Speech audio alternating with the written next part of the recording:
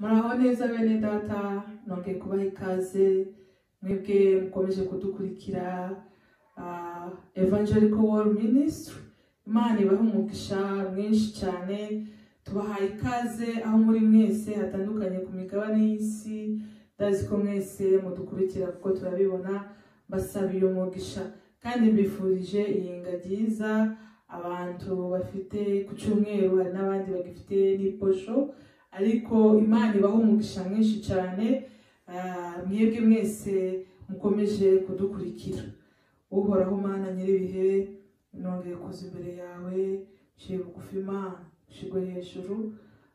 Nguhaye ikaze uyu mwanya unge kungenera kugira ngo zimbere yawe, kugira ngo ngire icyo nganira n'ubwoko bwawe. Unyambike imbaraga, unyuzuze ubwenge. Nguhaye ikaze kugira ngo Mana nyiribihe, ubwiza bwawe bube hano hantu, presence yawe ibe hano hantu, ibyo ushaka ari byo biba ko je tugikoresha. Murakoze byiringiro bidakoze isoni. Amen.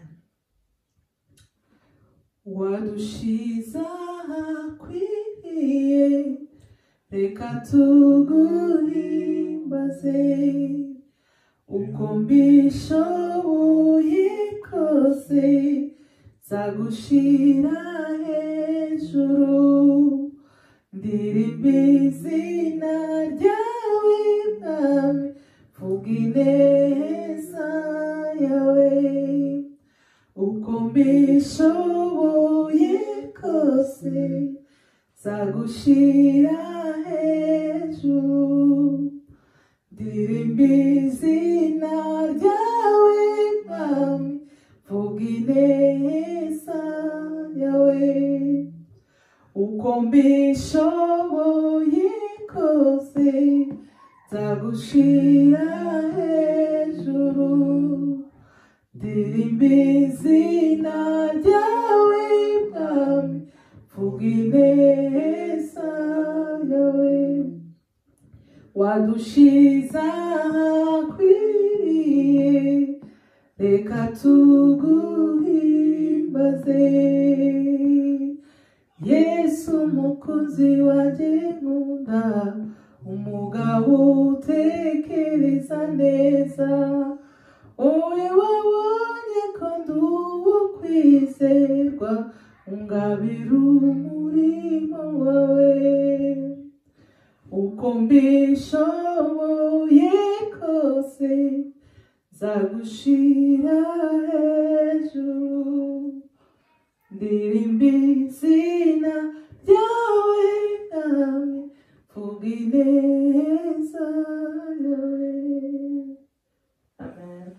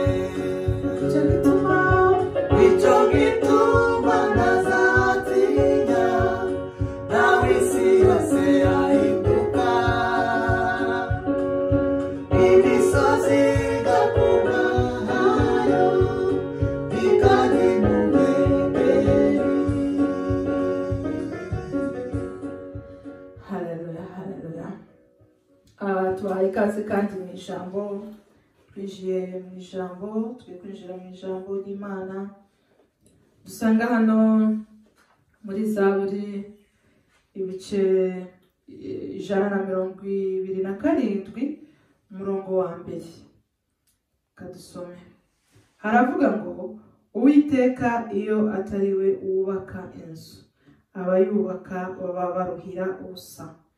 Uwiteka iyo atari we urinda umudugudu umurinzi abera amaso ubusa.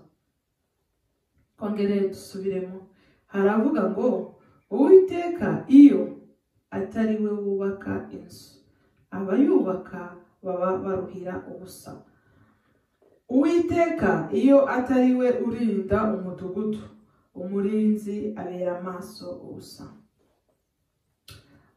Bene data, ijambo ry'Imana dusomye hano muri Zaburi ritubwiye ku bijanye n'uburinzi bw'Imana.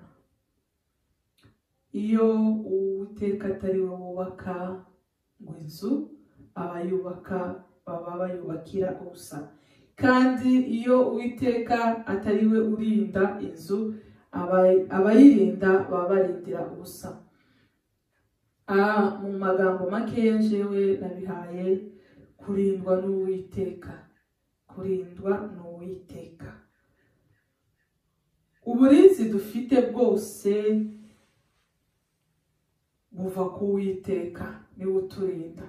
Ubundi bwose dushobora kwishiriraho ni ubwacu ariko kandi ni buto. Nta mbaraga bufite. Ubugira imbaraga n'uburindwa n'Uwiteka.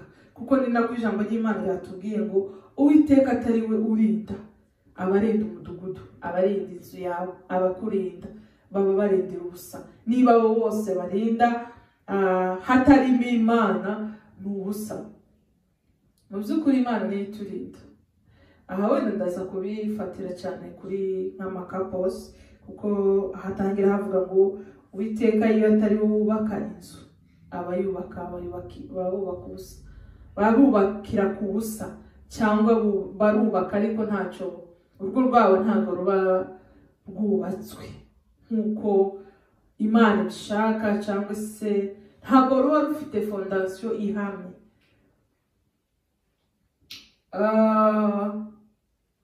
Nshaka kuwinjira wenda mu ijambo neza, hari benshi tuzi bubatse barubaka ingo nziza turazitaha amakwe turayataha cyangwa se abandi barayataha kandi ukabona ni urugo kabisa, ukabona nta n'ikibazo kindi kirimo urebeye inyuma. Ariko mu minsi mikeya ukumva ngo bagize ikintu gitoya bapfuye kuko nta kinini kibaho nta n'igitoya kibaho buriya. Gusa bivana n'uko umuntu yanariza cyangwa se uko umuntu afata ibintu. Hanyuma rero mu gihe gito ukumva ngo divorce. Muzi amadivorce ari hano hanze mu ngeri zose. Abakuru barayakora, abatoya barayakora, ariko umubare mwinshi uri kuboneka ugereranyije n'ikindi gihe cya kera na bari kuzikora ubu ngubu. Ese ni ukubera ko abari kubaka ubu ngubu bari kubaka uburyo butandukanye n'uko abambere bubakaga? Ni ukubera ko ari kubera iki?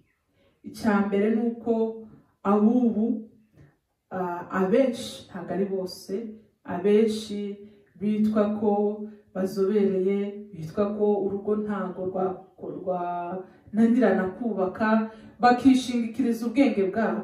Kandi n'ubwo bwenge bishingikirizaho mu by'ukuri ntabwo ari ubwabo. Uranibeshe cyane iyo uvuga ngo uri umunyabwenge, kuko umuntu anakubaje akubaza si ubwenge ufite bungana iki, capacity ufite ntabwo ari amadigiri ufite cyangwa se za PhD ufite, ntabwo ntiwanabona n'ugipimo ubushiraho. simvuze ko kwiga ni ngombwa kandi ni byiza, ariko umuntu akubaje ngo se uko ufite ama PhD wenda 5 cyangwa ngahe cyangwa doctora, none se bungana gute? Bwuzuye nk'isahani, bwuzuye igishambagara, bwuzuye ukaritsiye, bwuzuye state, undi nawe utarakandagiye mu ishuri, iwe afite ubungana gute? Uzugenda ubwongera ubungana gute? Wenda simbizi cyane, ariko hari igihe wenda wanasanga ubwo ufite bungana neza n'utarakandagiye mu ishuri afite. Ariko ijambo ry'Imana riravuga ngo kubaha ubwenge niko kujijuka. Igikuru ni ukubaha Imana. Ni wubaha Imana izagushoboza byose, izaguha ubwenge. Tuzi Salomo niwe wasabye Imana ubwenge, kandi yarabufite. Tuwaba umwami udafite ubwenge, yarabufite. Imana iramubwira ngo kubera ko usabye icyo umutima wawe ushaka, nguhaye ubwenge, kandi mubazabaho bose ntawe uzigera ugira ubwenge nk'ubwawe. Rero nubwo witwa ko ubufite, kuko hari benshi tuzi abo twita twebwe nk'abantu ko nyine babufite kubera ama degrees bafite, ariko ukaje kumva nyine ngo yananiwe urugo. None se ni gute waba ufite ubwo bwenge bungana gutyo warangiza ukananirwa ku umugore umwe cyangwa umugabo umwe bikakunanira? Salomo yari afite abarenga 1000, ariko yabashije kuba managinga. Ariko wowe kurananirwa ku managinga umwe, cyangwa se umugore kurananirwa umugabo umwe karakunanira ngo kubera ko mwagize ikintu kimwe mutumvikana? Oya, ntabwo ariyo mpamvu. Impamvu nyamukuru dore nahanga ni muri Bibiliya. Wubakiye kuki? Wubakiye kuki? Ndibuka igihe nkora mariage, abapasiteri banje mu mpande zombi, aho nari nsengera Liris, babaha ijambo nk'abapasiteri banje, bampa Bibiliya, barambwira ngo ngiyi Bibiliya, nta yindi gift dushaka kuguhereza Bibiliya. Iyi ngiyi ni izakubakira, nirimo abana, nirimo ubwenge, ni izakubwira inama, ibyo uzokeneramo byose birimo hano. Mu by'ukuri sinagaza mbitahura cyane, ariko ubu nibwo ndi kugenda bitahura. Rero bari kumpa amafaranga kuko wenda niyo nari nkeneye, cyangwa se bari kumbwira ati akira inzu, akira ikibanza, nawe kameme tangirira nyine nawe uziyerangira ushaka amafaranga wiyubakire. Ni icyo tuguhaye nk'ikanisa. Isi byo bampaye, tibampaye amafaranga, tibampaye ikindi kintu icyo ari cyo cyose. Kandi mu by'ukuri yarafashe ijambo aravuga ngo nta kindi kintu twabona tuguha usibye Bibiliya. Ndayakira, nisingiriza amare. Pasiteri w'ikanisa yaho nari nyine aho umutware yasengeraga, nyine nabo badushingiye, nabo baravuga ngo reka twumva abapasiteri b'ikanisa umugabo asengeramo. Nabo nta kindi baduhaye Bibiliya.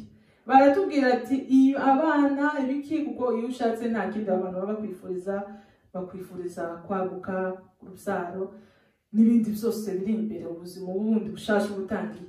Nta kindi tubahaye, natwe tubahaye Bibiliya. Iyi ngiyi irimo ijambo ry'Imana, irimo inyunganizi zose, niwe mujyanama, ibyo uzokenera byose, ubuzima bwose uzahura nabwo uziyambaze Bibiliya. Si Bibiliya kandi ngo mutabasanga mu izindi, ukagira ngo hari abaza bazibika, ariko mu by'ukuri niko kuri. Bibiliya niho dusangamo ibintu byose. Niba wubatse utubakiye ku Mana, singiye kuguha wenda ngo tuzubaka, oya, urubatse kandi Imana ibigufashemo, iguha ubundi bwenge. Ariko mu by'ukuri kubaka nyako ni ukubakira ku Mana. Niko n'ijambo ry'Imana ryatubwiye. Urugo rwawe nururindisha Imana, nurwubakira ku Mana, ruzakomera. Hariho imyuka ikomeye nyine isigaye iriho muri kino gihe, kubera ko uri umukristo usoma ijambo ry'Imana. Simpamya ko wenda wasenya yakunaniza. Umwe muri mwe ashobora kunaniza undi, akaba yaguta cyangwa se akaba yagira gute, ariko utanzuye ngo divorce. ikintu ufatira umwanzuro ugafata ukagenda kuri step zose uzi wakoze, ukicaza ababyeyi nakuze uyu muntu muje kumbariza cyangwa se umuhungu wahangaha, mukicara isi yose ikaza mugakora mariage, isi yose ukarahira ukavuga ngo nta kizadutandukanya n'urupfu. Warangiza wenda ugakubitwa, warangiza ugahita uheka igikapu ukagenda. Siko kuri, uza wisunga Bibiliya, usenga cyane, Imana izagukemurira ibyo byose ku mpande zombi.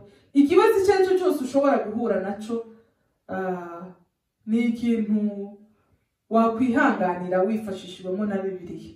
Ariko ni ukuri ntabwo sinanavuga ngo biroroshye, kuko abantu babiri guhuza vision cyangwa se wenda ntimuzamunazihuza, buri muntu aba afite vision ye, ariko kugira ngo abantu babiri muhuze umurongo, umwe avuge ngo wenda uyu munsi ndarya inyama, undi avuge tuyenje ndarya ibishyimbo, kandi byombi wenda mwona birya, ariko ukavuga ati oya n'urwo urugero ntazi, bikaba ngombwa ko undi ugomba guca bugufi arazwi n'umugore. Ubwo rero niba umugabo yagusabye inyama, uragomba kuziteka zihari, wenda utazibuze kuko ni nawe uba wazihashe. Muri rusange ugomba kuziteka kuko niwe ugomba guca bugufi, ariko kandi hagomba kubaho n'ubwumvikane. Ariko icyo si cyo kintu cyatuma wenda muhita muvuga ngo njyewe. Kandi hariho n'ikindi kintu abantu bubu bafite gitandukanyeho n'abantu ba kera. Abantu ba kera mu by'ukuri je nk'ahantu wenda mva, ababyeyi bagaza bubakana rimwe na rimwe batanaziranye, rimwe gusa. Bahari bamwe nka bakuru banje bamwe nza numva bambwira ngo bamubonye umunsi umwe nyine wenda baje kumupropoza rimwe, akongera akamubona bakoze mariage. Aho abandi bo ntibanagiriwe n'ayo mahirwe, bo ababyeyi nabo bagaza bagiramo uruhare, bakavuga ngo uzoja kwa runaka, uzoja kwa runaka, utanazi n'umuntu ukamubona uwo munsi. Ariko abo babyeyi mu by'ukuri ntawasenya urimo. Ese bo ntabwo bagaza bagira ibyo batumvikanamo? Birahari byinshi, kuko niwabana n'umuntu ntabwo turabana, twambaye inyama n'amaraso, turacumura. Ntabwo wabana n'umuntu ngo ureke n'umwana wawe aza gukosereza n'undi muntu, nawe ubwawe uracumura. Rega si na ngombwa ngo ari gucumuraho, nawe uracumura, urumva? Rero ariko abo bantu nabo baracumuraga, nabo baragiraga ibiriho ubu navyo, kuko ari muri imwe arembye ararimba aravuga ngo ikibuga turimo n'abandi bakibayemo, iki kibuga turimo n'abandi bakibayemo, nta gishaje, ibyo urimo n'abandi babibayemo. Rero abo babyeyi bakuru ntabwo ari kuvuga ngo ntibanyuze mu byo wenda urimo uyu munsi, ariko babasha kuzitwaramo neza kubera ko bari abakristo, babasha kubyihanganira, kuko Bibiliya itubwira kwihangana. Ikibazo cyose ushobora guhura nabyo, ikakubwira kudahubuka, ikakubwira gusengera uwo mwashakanye, ikakubwira ibintu byose. Hanyuma rero uragerageza, niba ufite umupatana wawe wenda ukunaniza mu buryo runaka, wenda anywa nk'inzoga ukumva birakunaniye, genda umusengera akizwa, umwerere imbuto. Mwe kwirukanka hari nk'ibintu bisigaye byarateyeho ubu ngubu, nk'abantu twebwe turi hano, umuntu asigaye apfa akantu n'umugabo cyangwa n'umugore we, agahita afata nka rekodi n'urugero, ugasanga amukwije isi. Umuntu wawe umukwijije isi, kandi mu by'ukuri ibanga nibyo riza ryubaka urugo. Nuko wenda nagiye ntabikurikiza nk'uko biri, ariko urugo rwubakira ku ibanga. Abakera nicyo baturushaga gusenga, bakaturusha ibanga, bakaturusha kubaha Imana. Ibyo byose bigatuma bubaka. Naho twega b'iki gihe usigaye ugira akabazo gatoya, umuntu umwe asitara ku wundi, ugahita utelefona umuntu. Urabizi umugore wanjye, umugabo wanjye, umuntu bigenze gute, utelefone wa wundi, we uzi uko nawe urwo yubatse, wenda we nibanga, ariko wenda nawe bwubatswe nabi. Ariko kubera ko turi abakristo, tugomba kwihangana, tugomba kugira ibanga. Urugo rwawe ni wowe nawe, kujya nyine mwarahiye muri umuntu umwe, kandi si ko muri umuntu umwe kuki wumva wamuca inyuma cyangwa se ugakora ibindi bidakwiriye. Ibyo mbasabira bavandimwe abantu mwubatse mutangiye urugo rushaka abantu batangiye ababimazemo igihe ibintu byose mwubakire ku Mana ibyo mubona ko bidashoboka mwubakire ku Mana musome Bibiliya izabigisha kwihangana izabigisha ibanga izabigisha guca bugufi ku bagomba guca bugufi twebwe izabigisha urukundo kandi ukunda urukundo ufite urukundo rw'umuntu n'utarufite kuko icyo Satani gushukisha cyane azahita kwereka ati impamvu gukorera ibi nta gukunda nta gakwanga umuntu mubi ni Satani niyo nyine biri gukora ibyo ariko iyo umusengeye arakira hanyuma mugakomeza ubuzima byandahiro warahiye ngo muzatandukana uzamwihanganira ese kera ubunaniwe kwihangana kubera ko hari ako mudahujijeho ni ukuri mwihanganirane mugire ibanga musenge musome Bibiliya mwubakire ku Mana kandi nuzazubwira ikibazo uzuvuga ngo se nubakiye kuki aho se nuwase nk'ukuru wawe undi wubatse ku musenyi rero mwubakire ku Mana nimwubaka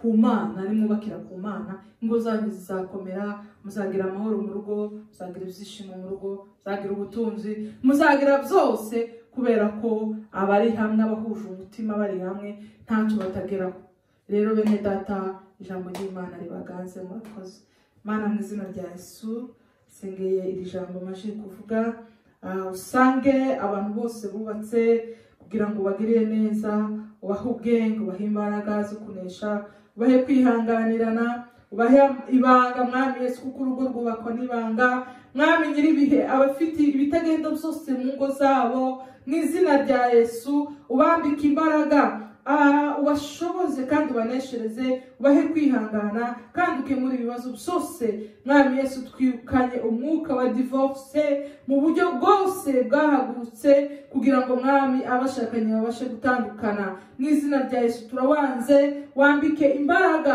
abari mu ngo bose kugira ngo Mwami babashe kubana amahoro kandi babashe kubaha ijambo ryawe urakoze Mwami nyiribihe amen.